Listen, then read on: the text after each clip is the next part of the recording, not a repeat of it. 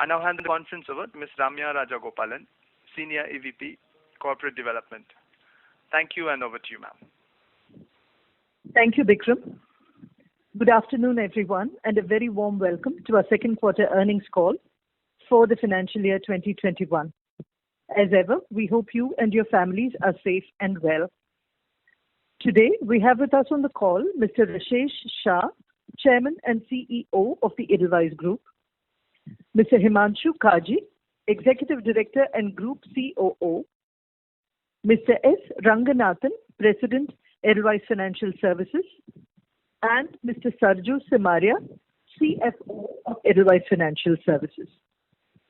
During the discussions today, we will be making references to the Q2 results presentation uploaded on the exchanges and on our website. We do hope you've had a chance to review it and have it close by. Please do note that some of our statements on today's call may be forward-looking in nature and hence may involve risks and uncertainties. Please read the safe harbor statement in our results presentation as well. With that, I will now hand the call over to Mr. Rashesh Shah to begin the proceedings of the call. Thank you, and over to you, Rashesh. Thank you, Ramya, and good afternoon to all of you. A very warm welcome to all of you for this Q2 results. I hope all of you are safe and your families and all are okay. We still are, all of us are managing in the middle of this COVID unprecedented crisis, but thank you all for joining this call. Friends, as we had spoken earlier, the current year, FY21, given all the events that are happening in this year and what has happened in the last couple of years in the financial services space in India, is what we call a year of reset. I think India economy is also going through a reset. We have had 4 years of slowdown, but a lot of changes with IBC and GST and now other reforms and the bank NPAs which have also come down, but then COVID happened. So there is a reset going on. Not only a short-term reset, but a medium-term reset for Indian economy. But we do feel that this COVID is like a big reset for Indian economy, and it comes at a final stage of this interim changes that have been happening. Recently, we have seen the economy is going through a gradual phase of recovery, and all of us have an opportunity to think beyond COVID. So we are also taking this opportunity to refresh and renew ourselves, our organization, our businesses to become future ready. This quarter 2, has been as per plan. What we have said earlier, I think most of the things have gone as per plan as what we were intending to do. So on this call, I hope to give you some more color on what we have done, what we are going to do going forward. And the 4 things I want to talk about is what is the progress we have made on the focus areas up till now. The second item is our balance sheet and how we are strengthening the balance sheet and the organization. The third is our growth and businesses and the update on that, including the quarterly results. And the fourth is environment and how on a long-term basis we are getting ready for the environment, how we see the environment and how we are adapting to that. First, on the progress on focus areas, we continue to focus on improving our liquidity and equity. As we have said that things have improved a lot, but since we were already in motion of making sure we have fortress balance sheet, our debt to equity ratio has come down to 3.1 from what was 5.2 2 years ago. So in 2 years, we have significantly reduced our debt to equity ratio. Our total borrowing at the Edelweiss Group level, which were more than 50,000 crores, have now come down to 30,000 crores. So almost a 40% reduction in the borrowing in 2 years. And that has been a significant achievement. It has come at a cost, but I think it is very, very positive development. The ratio has improved and will improve further when we close the PAG deal, and I'll give you an update on that. It is going as per schedule, but when we close the PAG deal and get approximately 2,000 crores of equity money in the next 3 to 6 months, that will improve our D ratio but also make us capital surplus. And for us, I think getting ready for the next innings, one of the important things is not just to have enough liquidity on hand, but to also be capital surplus, because there is going to be a lot of growth, and organizations, especially financial services organizations, which are capitally strong, will be able to benefit on that. We have also, with PAG deal, we have demonstrated again that our idea is to build great businesses, have excellent management teams, and then with global partners, scale up these businesses and create value. So we have done that in our insurance venture, we have done that in our distressed credit venture, we have some fabulous investors in our asset management business also. And now with PAG in our wealth management business, we have a nice business in insurance broking where we have a partnership with Arthur Gallagher from USA, and that is also doing well. So I think our demonstrated capability to forge partnerships has also come of age. And finally, on the progress and focus areas was cost. We have done well on that. There is slide 19 gives you more color on that, how we have reduced the fixed cost by 23%. And a lot of our cost efficiency initiatives, including using technology and being more productive, will start to show results only by the end of this fiscal year. So we do hope that FY22 onwards, a lot of these things we are doing will start to show progress. On the balance sheet side, as I said, we continue to improve CAPED. You must have seen slide number 6, which shows the capital adequacy and the solvency ratios across all the businesses. So our idea was that all our businesses should be very, very well capitalized. So our 3 credit businesses, ECL Finance, ERFL and EHFL, all have capital adequacy of 23 to 29%, which, as you can see, is very, very robust. Our asset management, wealth management business have very strong AUM. Asset management has got almost 73,000 crore. On the wealth management, we have 1,33,000 crore of assets under advice. Our ARC, which has now 2,000 crores of equity, has a CAPED of 34%. And both our insurance companies operate at a solvency ratio of more than 200%. Though they've grown very well, we have maintained solvency ratios. So slides 5 and 6 show you that we continue to make sure our entities, our businesses are very well capitalized. Our liquidity position is also strong. You can see on slide 41, we hold liquidity which is close to 21% of our borrowings. Friends, we always said we'll be between 15 to 20% of our borrowings as liquidity at any point of time. In the crisis of the last 2 years, we have tried to stay about 20%, and I'm happy that we are at 21% now, which is shown on slide 41, which is also a significant improvement because last quarter we have almost increased our liquidity by 50% from end of last quarter to this quarter. Our asset quality is still under watch, though I think we have taken very proactive impairments, and as you know, a couple of quarters ago, we took one massive impairment, and it was very painful, but we do feel that we are now fairly well covered. And as you know, NBFCs, we have to worry more about impairment than only about provisioning, because provisioning is an NPA formula which was applicable to banks and NBFCs earlier. But since NBFCs have moved to Ind AS, it is very, very important that even if something is not an NPA, but we expect impairment, we should provide for that. And that is what we have done. Our impairments are a lot higher than what NPAs would have been under the earlier structure. And we do think we have bitten the bullet on that, and hopefully as the economy is improving, asset quality should also be adequately covered.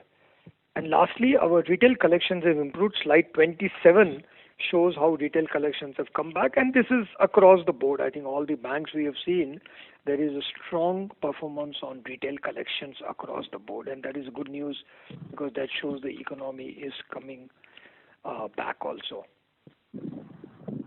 On the quarter 2, we have shown an ex-insurance profit after tax of 28 crores. And as you know, in our insurance businesses, we are still investing. So we expect to make accounting loss in our insurance business.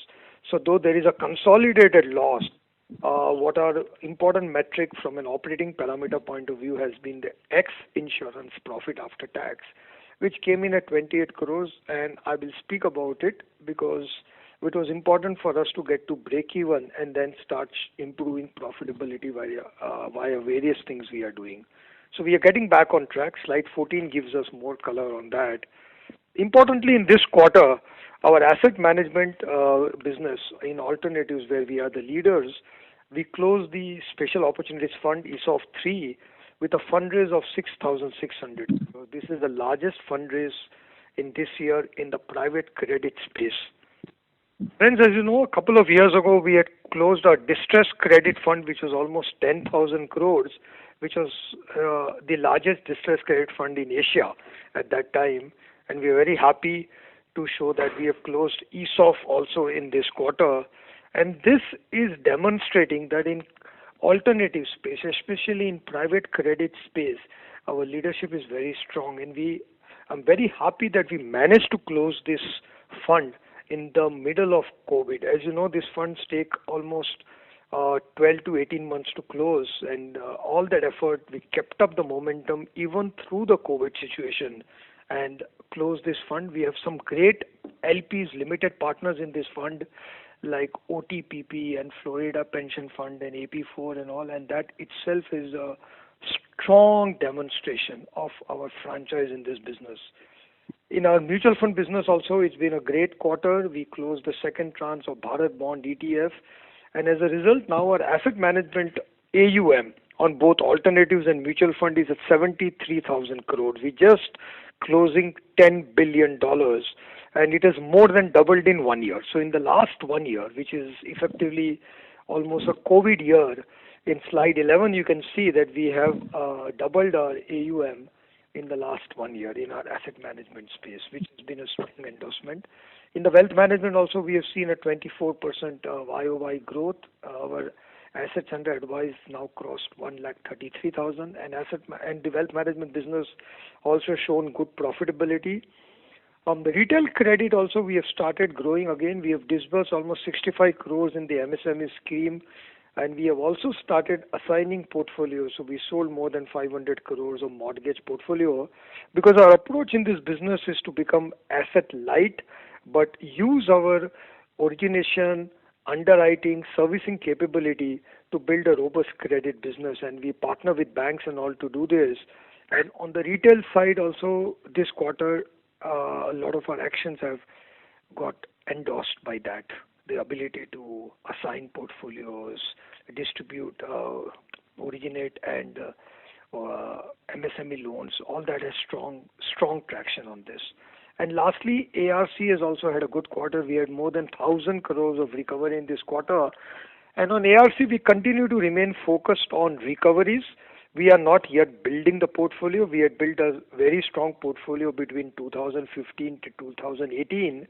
And from 18 till 21, our focus has been stated as focus on revival and recoveries and making sure that these assets, we unlock values in them in the best possible way. I expect from 21 onwards, our ARC will start building portfolios again. We'll start buying assets again. And as we talk to banks and other NBFCs, we're seeing that there will be a lot of opportunities out there. But I think another couple of quarters when COVID is over and things stabilize, until then our ARC is actually sitting on a lot of ample liquidity, but we are not worried about it. Though it is an earnings drag, we think this is not the time to build the portfolio, this is time to work on the portfolio, and that is what we are doing on our ARC. And our insurance companies have also had a very good quarter. Our general insurance business has been the fastest growing player in the industry in the first half of this year. You can see it on slide 39. And we are now at an annualized run rate of GWP of 250 crores, which for a 2-year-old company, and especially in COVID time, is very, very gratifying. And here we have built this business as a fintech model. It's a completely digital model.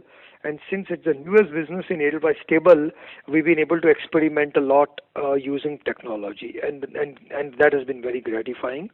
The life insurance business ETLI also positive growth every month in this quarter. It is one of the only two companies to have registered positive APE growth every month in this year first half. So last 6 months we have had positive growth. So COVID or no COVID, our life insurance business continued to grow and has been only one of the two companies in the industry to show that. So in this challenging environment, our businesses continue to do well.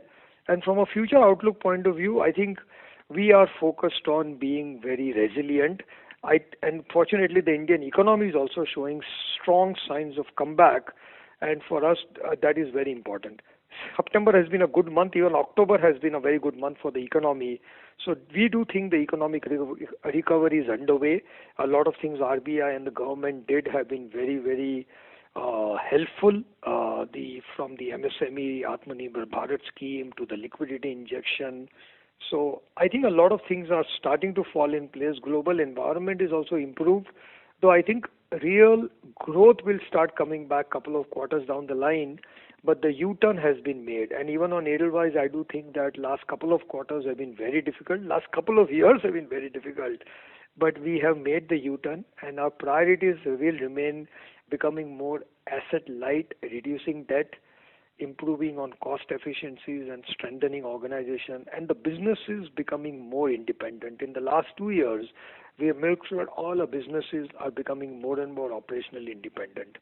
So all our businesses have the best of both the worlds. They have the Edelweiss umbrella and the group support and the hand-holding and the brand, common brand and all, but they also are operationally independent, governance independent. They have their independent boards.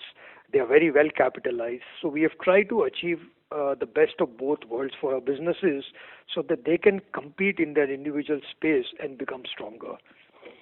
Other update on the EWM deal with PAG is making satisfactory progress. We are filing for all the regulatory approval, and it seems to be on track. We will continue to focus on profitability. As I said, we have got to about break even, but we need to work a lot more, and the focus will be on reducing cost of borrowing.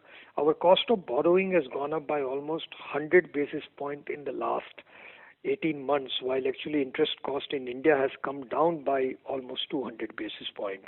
So even if you take an average, a reduction of 150 basis points, which should have happened on a 30,000 crore borrowing, that's a 450 crore delta for us. So we have to work on that.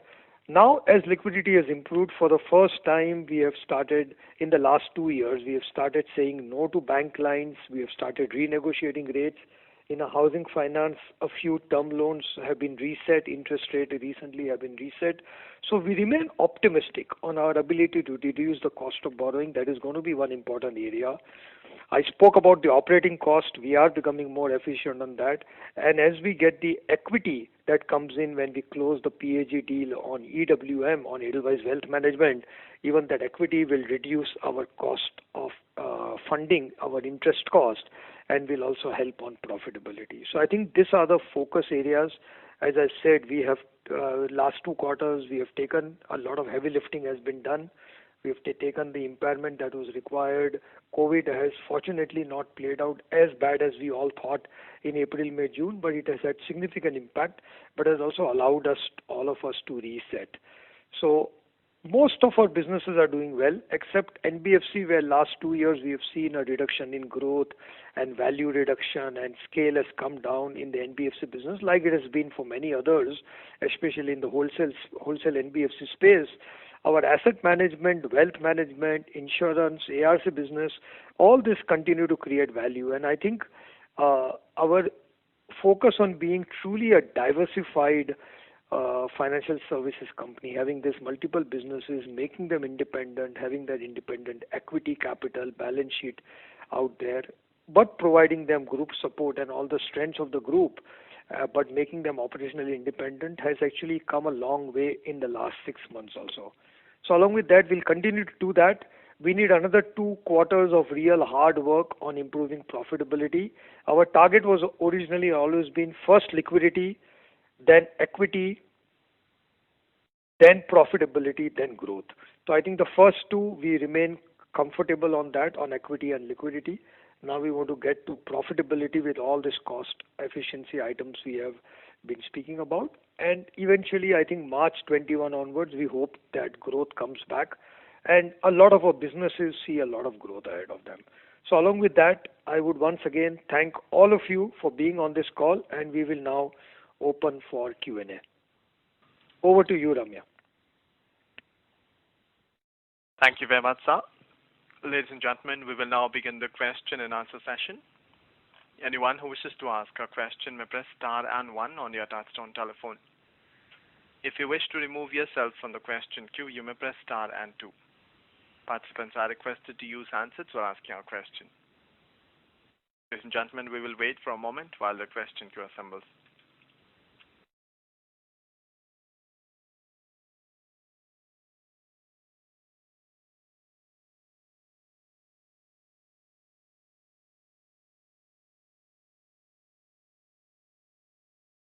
We have a first question from the line of Kshitij Prasad from Maybank. Please go ahead.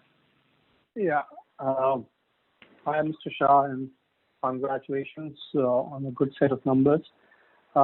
Two questions I have. One is if one can share the breakup of the loans in each of the categories. Last quarter it was given in addendum, how much is mortgages, how much is corporate, mortgage, loans to real estate, and breakup.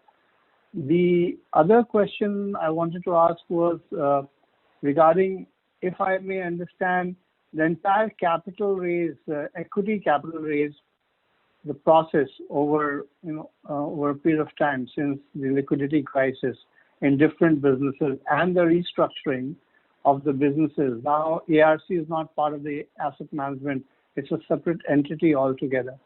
So may I assume that all these restructuring and external capital raise in the form of equity is more or less over? Now is the business strategy is going to be more on profitability and sustainability. We see that on the operating profit level we have made a profit. So what's the view and what's the strategy going forward? That is my question. Thanks. Yeah. Absolutely. I think on the first question, whether ARC is part of AMC or not, as you know, all these are independent entities. So if you see one of the slides, slide number 6, we have given all the independent entities because these are the legal entities. So ARC is always a standalone company because it is like a semi-NBFC and a semi-asset manager in that sense. If you see all our NBFCs, Edelweiss Housing Finance, which is a HFC, Retail Finance. So when we present numbers, we present it for convenience and ease of understanding for the investors. But we are increasingly providing detail of each individual entity. So if you see that slide number 6, there are effectively 8 entities out there. And in fact, even EAAA is an alternatives and AMC is the mutual fund, which are also 2 entities. So the way Edelweiss is run is all these entities are independent. They are run independently because that is what is required by law also. Like as you know, a mutual fund has to be an independent entity, an ARC is an independent entity, an insurance company is an independent entity.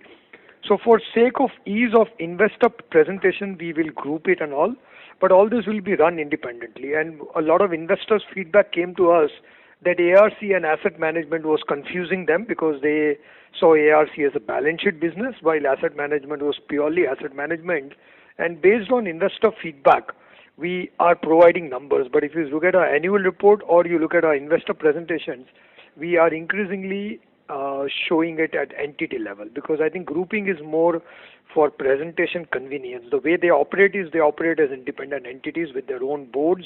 A lot of them have their own investors also, but they get all the support. They get all the support from the group. They get all the assistance, even liquidity management and all group helps out because group always has a little bit of excess liquidity that can be provided.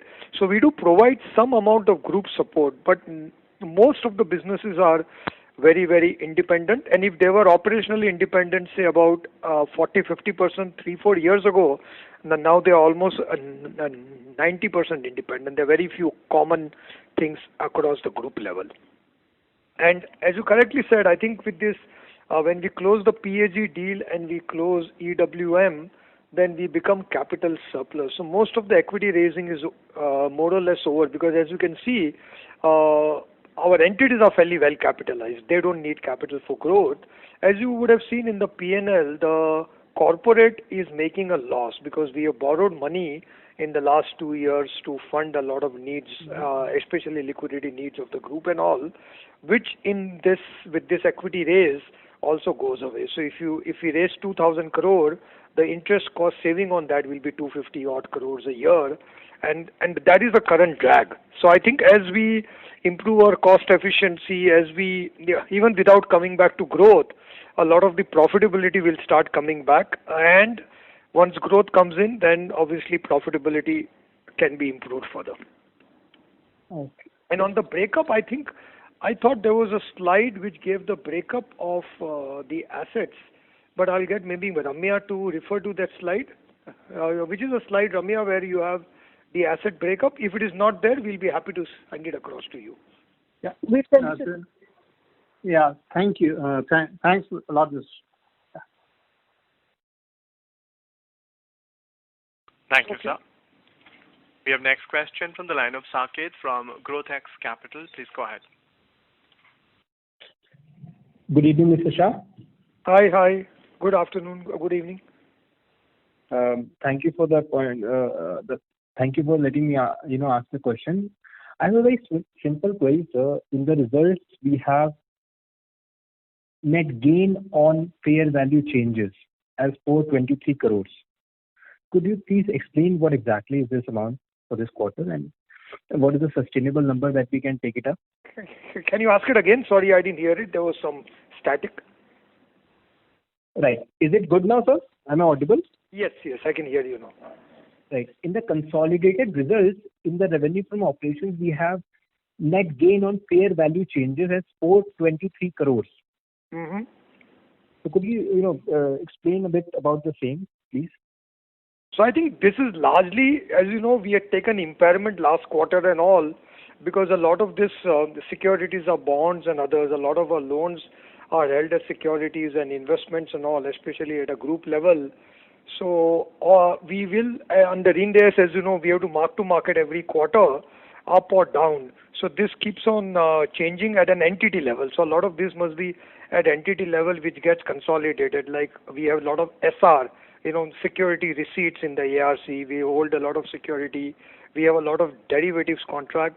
So maybe our CFO SR can explain. It's a very maybe technical issue, but if you need offline some more details, entity-wise and all, he can provide it to you. Yeah, more than happy to take it offline, but as Rashesh did talk about it, it's all kinds of instruments, largely derivatives, options and all. Those get revalued periodically, and this is the net result of all of that. Fair enough, sir. I'll take it offline on that. Second, sir, in the distribution of earning across businesses in your presentation, you have mentioned DMU and corporate heading, wherein you have provided for some loss. Could you please explain on that same? Because all of your businesses have been in the profit except the insurance part. And in this simple heading, DMU and corporate, you have $20 million as a loss. Yeah. In the slide 14. Yeah. So actually, that is an important question, because this is the last part that we need to clean up. So what has happened in the last 2 years, as the liquidity crisis became more stronger, as you know, we've been holding excess liquidity, and some of the excess liquidity we are holding it at a group level, and we have also borrowed, money at a group level to just for emergencies and all that. A lot of this is also resulting in an earnings drag, and I think my estimate has been that we hold about 3,000 to 4,000 crores of excess cash in the balance management unit and all, and there is an earnings drag on that. Second, because we borrowed money in anticipation of this equity raise that we wanted to do, some time ago.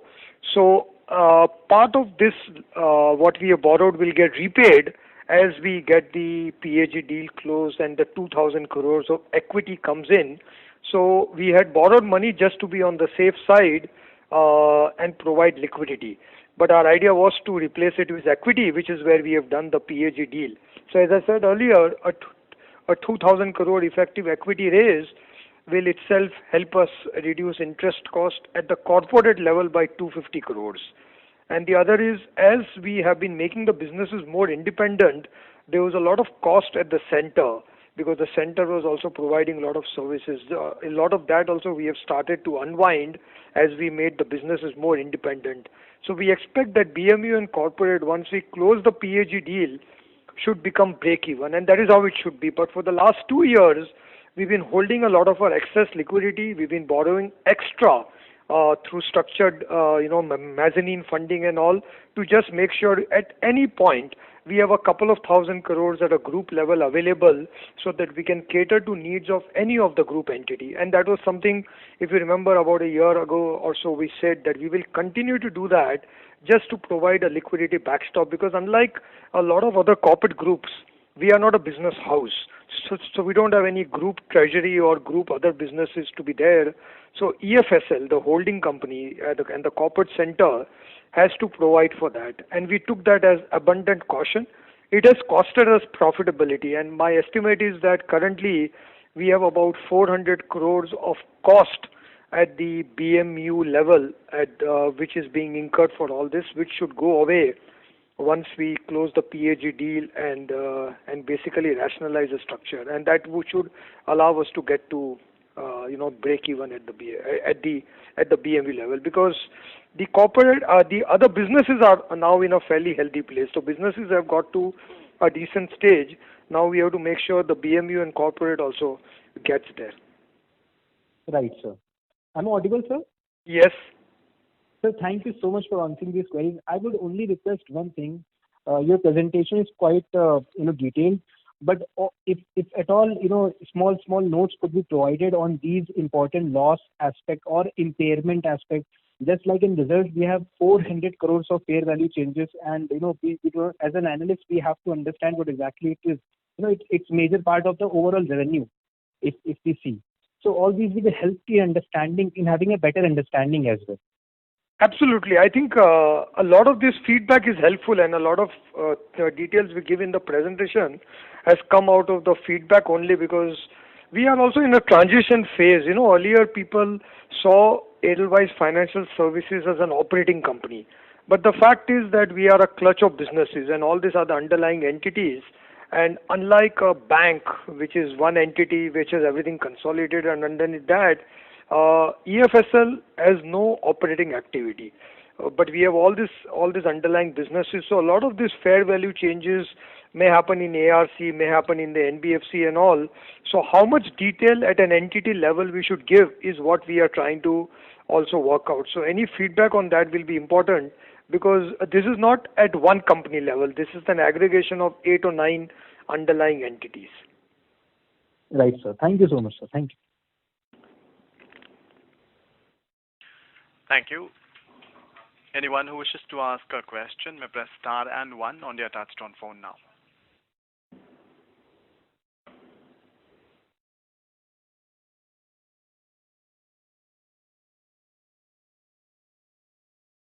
We have next question from the line of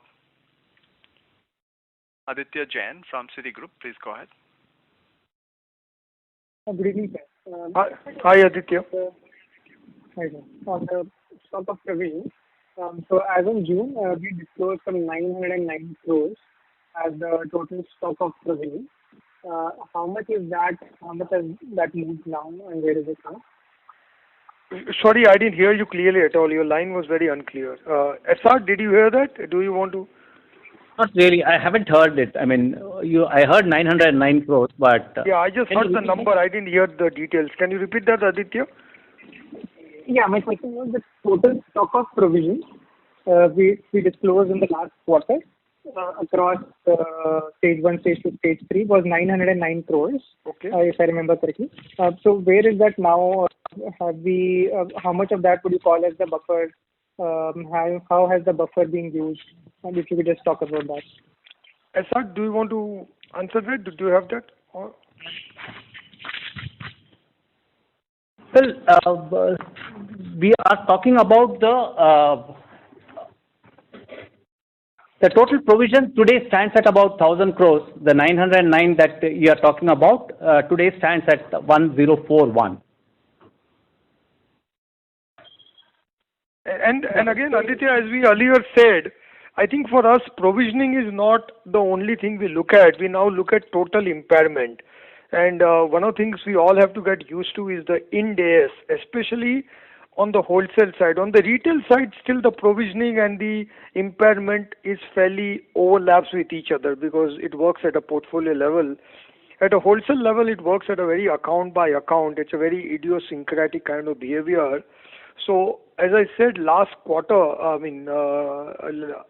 year, we took a fairly big impairment. And what we look at is impairment. So, we don't look at only provisioning because provisioning is only one part of that because only those accounts which are NPA. But there are a lot of accounts where we have marked down, we have sold to ARC, we have taken the impairment. So for us, impairment is a lot more important than just the provisioning. So if you want, maybe Ramya and SR can organize a meeting with our NBFC team who can give you details on how to understand the provisioning and the impairment part of this. Got it, sir.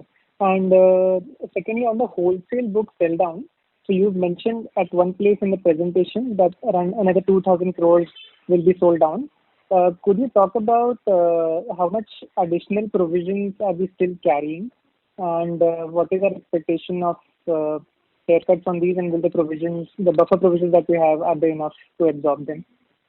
So again, on a wholesale book, what we did in the last 2 quarters, we think we have marked the impairment as required. So even if when we want to sell, there won't be any additional impairment. We will have to take for the selling part of it. There are some accounts where COVID-related, movement will happen. Some accounts which are, individual accounts, but we don't think those will be significant numbers because we anyway expect to provide about 400 odd crores on the wholesale book every year. So I think it will remain in that range only, maybe 100 crores here and there. But a large part of the impairment that we had to take because of the last 2 years of slowdown and the accrued interest and all of that is what we have already taken, is what I would estimate. Got it. So just lastly, on the real estate projects which you went to, could you talk about the sales, how they are versus pre-COVID levels, and how is construction activity right now? So actually it's interesting that you asked that because we have all been very positively surprised how well the real estate market has been recovering, especially in Mumbai and Maharashtra. Partly also because I think the stamp duty concession given by the government, partly was the pent up, partly it's just this, maybe the behavioral economics part of it about people working from home and buying homes. But August, September and October have been phenomenally good in terms of sales. And sales and project progress usually goes hand in hand. We have started seeing a lot of the projects which were stuck have found, new developers are showing interest to get them off the ground. Some were stuck have started moving again. Sales have started. A lot of projects which were 80-90% completed but needed some sales to be done to get the last mile funding and all. At least 8 or 9 projects we have seen some significant traction on sales on those kinds. So I think sales performance has been fairly good. And if sales is good, then usually project progress happens automatically. Pricing is still slightly soft. I think on an average pricing is about 8-10% below the pre-COVID times. But the volume uptake has been very, very strong. In fact, has been much stronger than we would have expected.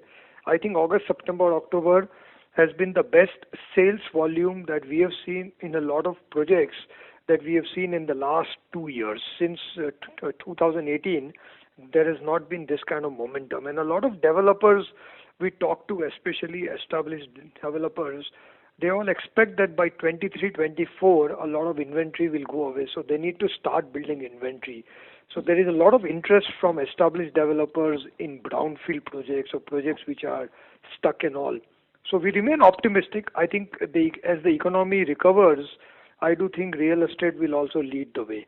But important is to get the projects completed, which requires either a new developer and or sales to happen and or some last mile funding. But all three have got easier in the last 3-4 months. Got it, sir. Thank you. Thank you. We have next question from the line of Jignesh Shial from MK Global. Please go ahead. Yeah, hi sir, and thanks for the opportunity. This was after long now. I'm hearing very positive commentary from your side. So basically, 21 seems to be a consolidation year, and then 22 onwards we'll be seeing a growth coming up. So do I know that this year is more or less we're going to consolidate? Which are the areas that you have started identifying for the growth? More importantly on the retail side, and then on the wholesale side, what will be the growth strategy that you are going to take it forward for the next year? That is my first question. So on the and I assume you're asking about credit, but we are seeing growth in other sectors also.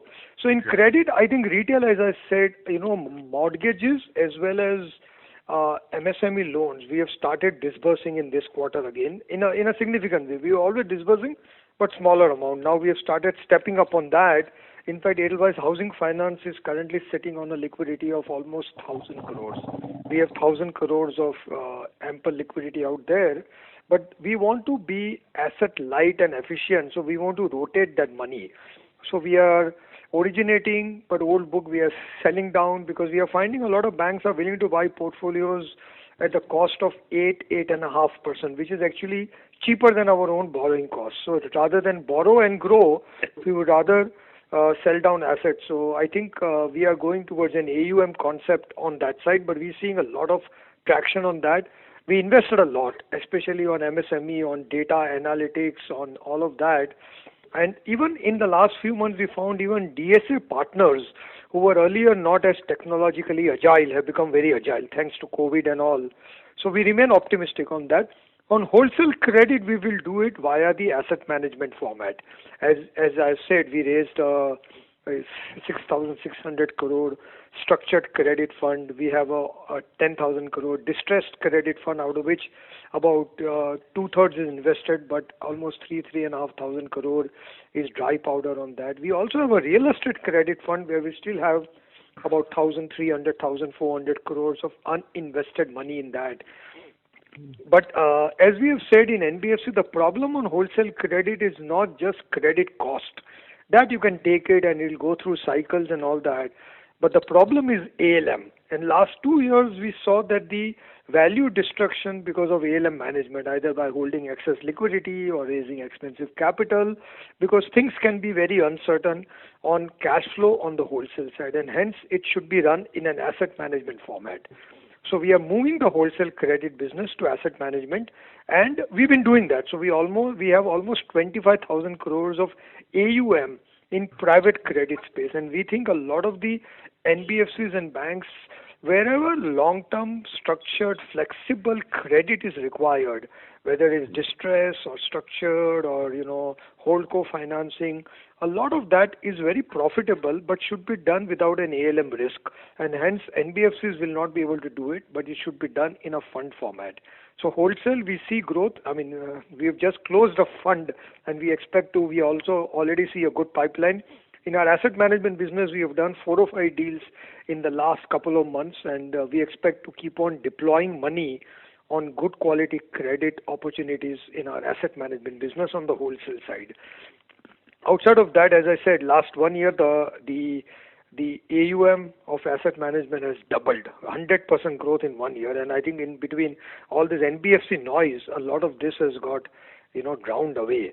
And same thing on the wealth management, we're still seeing 25-30% AUA growth, And as you know, with all this COVID and all, I think the entire wealth management space is doing well. Plus, with now PAG as a partner, we have a lot of capital available in that business, which will also allow us to scale that up. And insurance also has been doing well. So I think we remain optimistic. If you look at the last 2 years, the only part of Edelweiss that took a lot of attention away was the wholesale credit business. Now there, we have reduced the book, we have increased liquidity, we have taken impairment, we have done all that was required to be done. And that opportunity is now going to be captured in an asset management format, so will not present any balance sheet and P&L risk to us. So I think a lot of hard work has been done. We need another couple of quarters of just being, focused on all this. But given where we are on liquidity and how the businesses have been strengthened, I remain optimistic. Understood. My second question had been, you already have mentioned that, the overall liability franchise side for Edelweiss has been improving now. You're renegotiating rates and all. So overall, if you can throw some more lights over this and more appropriately, what kind of, because we had already seen OPEX advantages are coming in. So what kind of margin advantage we can see it up, or the cost of fund advantage we can see it up, probably not immediately, but over a period of next, say, 3 or 4 quarters, or probably, down the line, what kind of advantages will be coming up. So if you can throw some light. And the thirdly and lastly, what kind of ROA profile for Edelweiss you're seeing it up over a bit of a mid to a long period of time. So if you can. So I think on the first one, as I said, our cost of borrowing in the last 2 years has gone up by almost 100 basis points. Yeah. So that, and as you know, interest rates have come down in the same time. So ideally, it should come back. We also reduced utilization of commercial paper. We have done more long-term borrowing. We have made our ALM very positive. So we have more longer-term liabilities than assets. In that sense. So all this has resulted in increased cost of fund. As things normalize and as we become comfortable, we will not take risk on this, but we do think that because in the same time that our cost has gone up by 100 basis points, the actual interest rates have come down by 200 basis points. That there is almost a 300 basis point delta that has impacted us. We don't expect to claw back the entire 300, but if we can claw back 100 basis points, that's equal to 300 crores of saving on interest cost. And as I said, the equity we are raising another 2,000 crores when we close the PAG deal will also result in interest cost saving, because we are not going to use that for anything else but repay the loans which are already there. We'll also save. So I think in the next 1 year, if we can save about 500 to 600 cost of interest, both by reduction of rate and by this equity raising that happens, that will improve the profitability further. And along with that, I think we do feel that the markets are improving. As we are also reducing our borrowing, the borrowing efficiency will improve. So I would focus on that.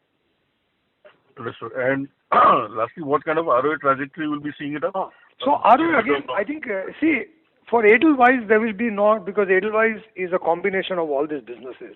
Like there is no concept of ROA on asset management or wealth management or insurance. Our ARC has been working on ROA of about 5 to 8%, but obviously it's not geared very much. But ARC can make between 5 to 8% ROA. That is what you will see in the investor presentation also. I think our retail and MSME credit mortgages will aim between 1.5 to 2.5% ROA, which will be a combination of balance sheet plus the sell down and the securitization we do. But we do think getting to about 2% average ROA on the retail credit opportunities that we are pursuing should be possible, but not being very heavily geared. So we will not be geared more than 3-4 times. So we do expect that ROE on the credit businesses should stabilize at about 12%, 13% plus whatever you can make via cross-sell and all is over and above that is what we should aim for. So again, credit will be only about 1/4 or 1/5 of Edelweiss. We have asset management, wealth management, insurance, ARC, all this also. And increasingly, last 2 years, we were seen as an NBFC. Edelweiss Financial Services became seen as an NBFC. but we are much more than an NBFC. NBFC is a business we have, but we also have some very robust businesses outside of NBFC business also. And I think our idea would be to constantly articulate that and communicate that and showcase that to our investors. Understood. That's thanks for this and all the best. Thank you, sir. We have next question from the line of Chirag Sureka from DSP Mutual Fund. Please go ahead. Sir, good evening, sir. This is Vivek here. I hope you're all well, sir. Just a couple of questions. One on the asset side and a couple on the liability side. On the asset side, sir, it's good to know that there is good momentum in the real estate sector. I just wanted to know in terms of whether you can quantify for our portfolio, ECL Finance portfolio, what percentage of projects will have OC or expected high level of completion over the next 6 months, so that we can start seeing cash flows from there. So as I think our current wholesale book is such, because a lot of wherever we had which were not late stage projects, the early stage projects and all, a lot of them we have either, as you know, we sold it to funds in the last 2 years. We did a deal with Marriott, and then we did one deal with SSG and Falaran recently. Plus we have sold some accounts to ARC, because we found that is where you could actually restructure the projects, getting a new developer, because those projects, as you very correctly said, projects which are in the earlier stages need some handling. Projects which were in the later stage needed last mile funding and sales support. So I think a lot of the accounts under NBFC today we have should be getting to closure. There are still some early stage accounts out there, and there are some accounts where the project is there, but the collateral is that project plus the phase 2, phase 3 also. So you might very often see phase 1 as close to completion, but phase 2 has to be started, and for that also there is equity required. So it varies from project to project, but our expectation is that we are not as dependent on cash flows because we got our ALM fairly matched and all in a very conservative way. So as long as the ALM is matched and our book size is fairly small now, I don't think at best in a year the cash flow, if at all projects get delayed a little bit, will be about 500 or 1,000 crores a year, which we have already kept adequate liquidity. It does hurt profitability, but as I said, we have been fairly conservative, though we are recently seeing things are improving. So I think we go project by project. We have about 48 projects which are under watch that we closely monitor.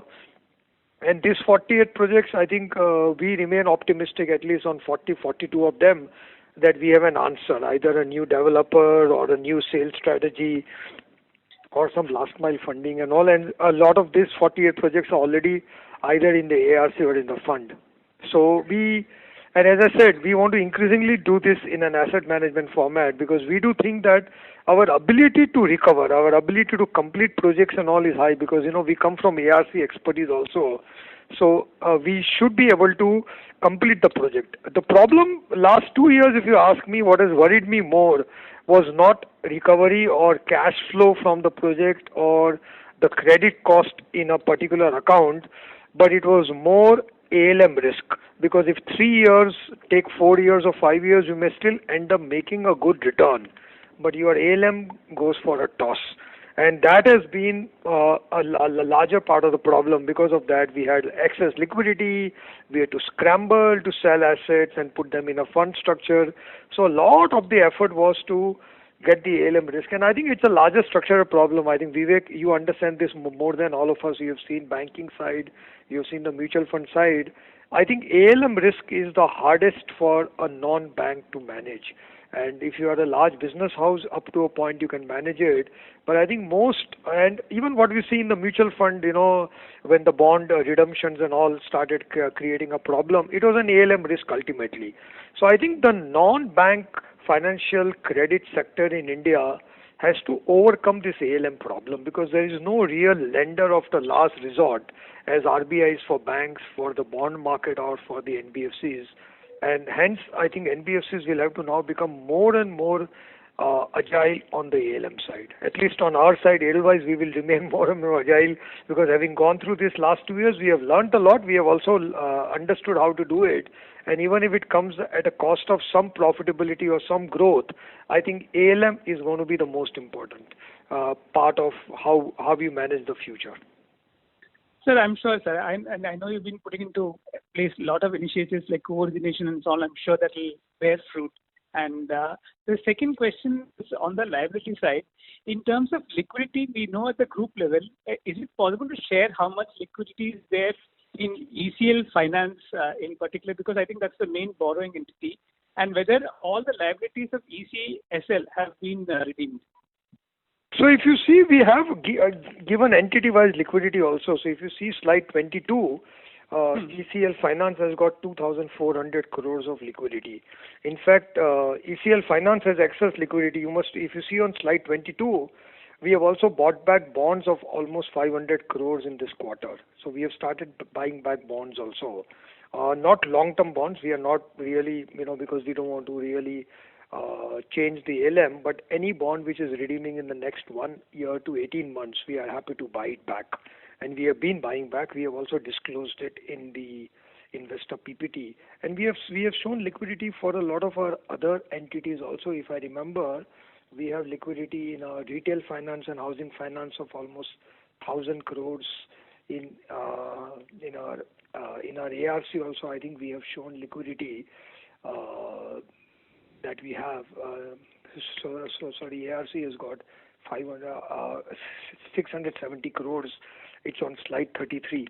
So we have given entity-wise also. So you can add up the entity-wise, and then whatever is the balance at a group level. So at a group level, we have about 1,500. As I said, we maintain 1,500 to 2,000 crores of liquidity. So, and with this EWM deal getting closed with PAG, all that will come to the group, including ECSL and all of that. So I think we remain comfortable both on equity and liquidity side because we have planned in advance. And in April itself, we started working on the stake sale in EWM at the start of COVID. And we have gone through with it and is going as per schedule because our idea is to be comfortable on both liquidity and equity. So 2,000 crore will come to the group, which is ECSL and the group entities. And all these operating entities, they have enough liquidity, as you can see in the presentation. If you need any more details, we'll be happy to provide. But we have that, I think, details against each of the entities as you go through the PPT. No, thank you, sir. I'm sorry I missed that. And good luck, and I hope the real estate sales continue and lift the tide, sir. I think we need it. No, but as I said, Vivek, for us, I hope it improves, and I do believe it will improve. But now a large part of heavy lifting is done. So 1 year here and there in recovery, maybe a 500 crore extra impairment here and there, it will not be a make or break for us because NBFC today, if you look at the value of Edelweiss, value of our wealth management business, our asset management business, our ARC business, our insurance businesses, our insurance broking business, our housing finance business, a lot of that are intact. They are insulated from all this. And ECL Finance has enough liquidity so to make sure that even if the real estate market takes some more time, because we have proactively done all this, we have sold assets to, we have also sold assets to AIFs and funds and ARCs and all. So we have done this, proactively. So I think we have holding power now. What we have done is at a cost to P&L, we have strengthened the balance sheet, but also built holding power.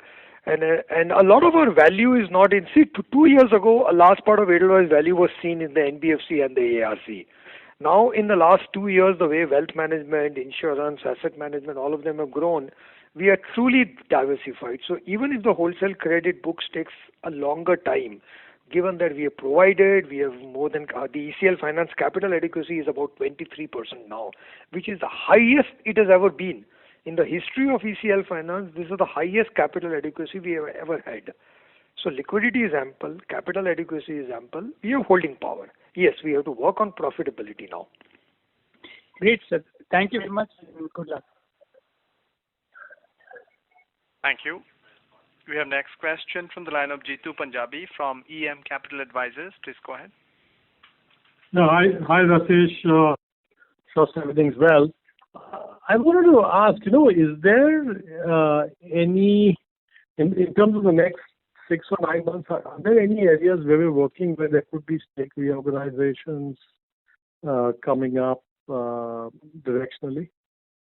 So I think the one important one is the Edelweiss Wealth Management. As you said, our idea is that we complete this stake sale to PAG, make this business independent. We have been working on that, and then eventually demerge and list this company and basically unlock the value for the shareholders. So we remain committed to doing that for the wealth management business. I think eventually our idea is that Edelweiss is very good at building businesses, but and we have with the stake sale and all have enough cash flow to do all the things that we need at a group level. So our focus will be on unlocking value in the most tax efficient and in the most efficient manner for the shareholders, because one of the good things about Edelweiss is even today more than 40% of the company is held by the management team.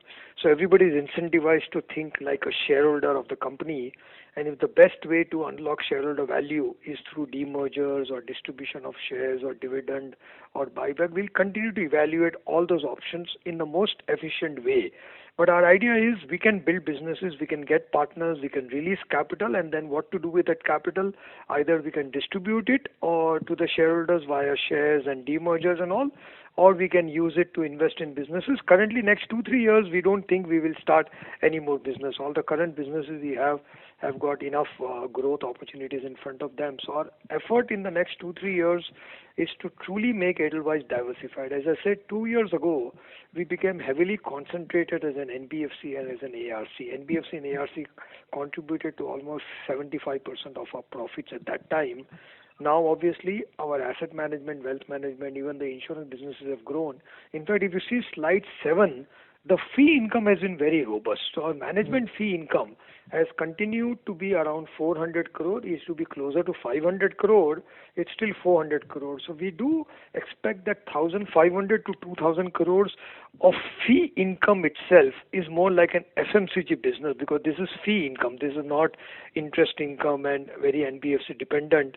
So we truly have this fee income franchise also that we want to capitalize on. And we will continue to take feedback from the shareholders and do whatever is there to unlock value. So our focus remains on creating value, which we have shown. Even the EWM deal with PAG, you can see Edelweiss over the years has invested only 300 crores in that business. And if our stake is worth 4,000 crore, that's a fairly good value creation that we have achieved. Same thing on asset management, we invested only about a couple of 100 crores up till now. In ARC, we have invested only about 400 crores, and our stake today at book value is actually worth more than 1,300 crores. So our idea is that use a little bit of capital, lot of management skill set, build a franchise, and build good businesses, and then partner with global, best-in-class partners. And that is what we continue to do. And after that, how to unlock value, will be always open to suggestions, but we will think like the shareholders. So I think asset management, can it also be spun off in a couple of years? That should also be a possibility. Can we do the same in insurance? We can do that. Our idea is to build businesses and then unlock value in that. Super. Thank you so much, sir. Thank you, sir. Ladies and gentlemen, that was the last question. I now hand the conference over to Ms. Ramya Rajagopalan for closing comments. Over to you, ma'am. Thank you, Vikram. Thanks to all of you who found the time to join us for our Q2 conference call right in the midst of the busy results season. We still have a long question queue but have to end because of time. Please contact me or my colleagues if you would like to discuss anything further or need more information. And from all of us at Edelweiss, our very best wishes to you and your families for the holiday season. Thank you very much indeed. Okay, everybody. Thank you. Thank you for being there. Thank you. Bye. Thank you very much, sir. Thank you, ma'am. Ladies and gentlemen, on behalf of Edelweiss Financial Services, that concludes this conference call. Thank you for joining with us, and you may now disconnect your lines.